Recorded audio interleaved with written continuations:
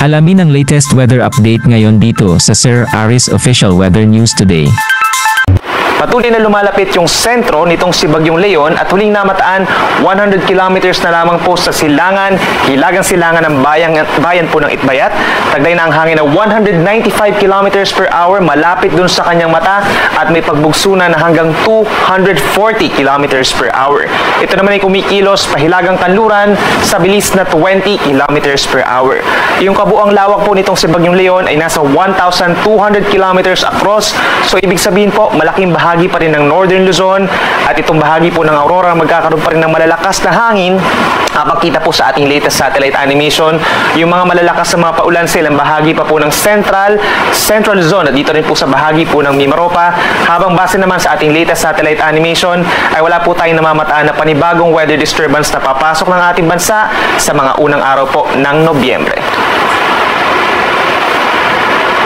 Base po sa pinakahuling track ng Pag-asa, inaasahang kikilos pa rin palapit dito sa may parte pong Batanes, ang sentro nitong si Bagyong Leon at kikilos pa rin pahilagang kanluran hanggang sa posible maglandfall na po dito po sa may area ng southeastern Taiwan.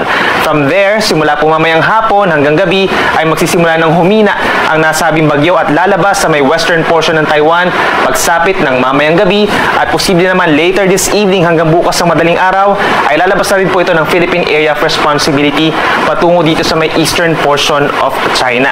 Inulit natin, malawak po ang nasabing bagyo. So ibig sabihin, kahit ito'y lumalayo na sa ating kalupahan, mamaya pong tanghali, ay posible pa rin makaranas ng mga pagbugso ng hangin, lalo na itong extreme northern Luzon at itong mainland northern Luzon, makakaranas pa rin po ng malalakas na hangin hanggang mamayang hapon. Sa ngayon po, nakataas pa rin ang tropical cyclone wind signal number 5 o yung pinakamalalakas na mga hangin na hanggang 195 kilometers per hour sa mga bayan po ng Itbayat and Basco sa Batanes. Habang meron naman tayong tropical cyclone wind signal number 4 sa natitirang bahagi pa ng Batanes.